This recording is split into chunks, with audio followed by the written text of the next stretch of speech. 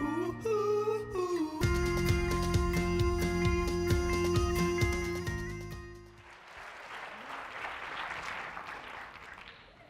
was finally there, the Okavanga Delta.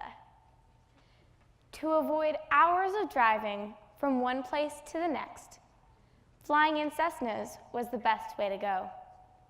I swear that some of the planes were smaller than my car. The best part? When the pilot let me fly the plane.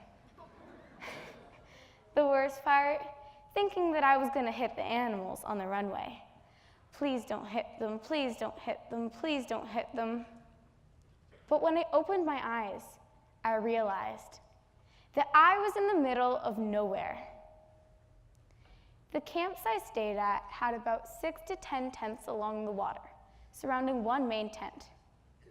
Since the showers were outside, I never showered alone. I had baboons, warthogs, and even an elephant pass by me. The most important thing to remember is never forget to lock your shower door. Baboons are very smart, and they'll sneak into your tent if you don't lock your doors. One family forgot to lock their shower door, and baboons completely ransacked their tent. They were jumping on the roof like it was a trampoline and eating toothpaste like it was candy. The elephants were just as destructive. They drank from the pool, they knocked trees over, they blocked us from the bathroom, and they interrupted our breakfast.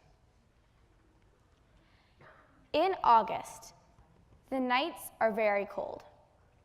One way that the guides kept us warm was to give us a bush baby to sleep with.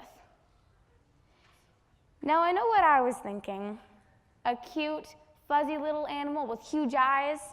Oh my gosh, I get to cuddle with one at night to keep me warm. A bush baby was actually a hot water bottle. Nice way of disappointing a cold 12-year-old. At bedtime, you know, after we get our bush babies, we get air horns. Air horns come in handy when something is trying to get into your tent.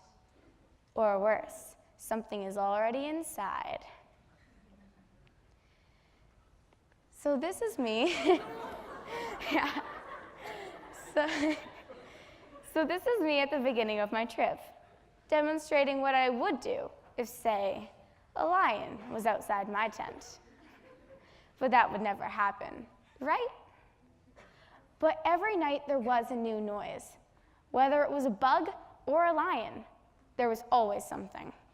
One night I heard slap, scrape, slap, scrape. What is that? Little did I know that my tent was under a jackberry tree, and the fruit had landed on the canvas roof, which attracted hungry elephants. The slapping was the trunk landing on the roof, and the scraping was it collecting the berries. And I was so brave that I didn't even need to use the air horn.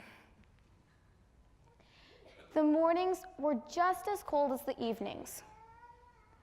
Our wake-up call for breakfast was at 6 a.m.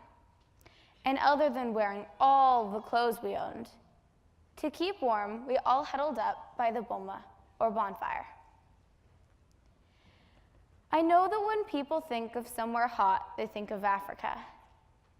But we looked like we were on an Antarctic expedition, not an African safari. On top of that, there was no roof or doors on the truck. And it was so cold that you would have expected a penguin to walk by, not a zebra. On safari, we drove across bridges that would creak and shift.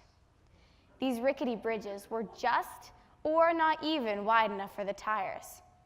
If one side of the bridge was higher than the other side, we would all lean to that side to make sure that we didn't tip over.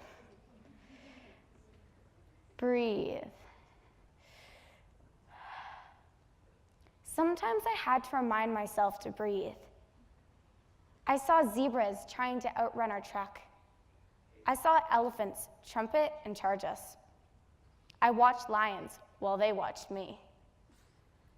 Breathe. I was scared that if they heard my breath, the moment would vanish. But it didn't.